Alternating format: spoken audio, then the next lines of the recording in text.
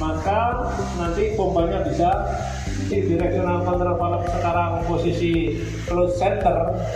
maka oli yang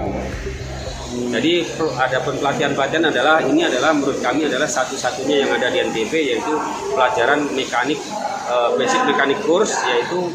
harapan kita sebagai Direktur LPK Bina Kerja bisa terserap bagian daripada salah satu tenaga staf yang ada khususnya nanti di MotoGP.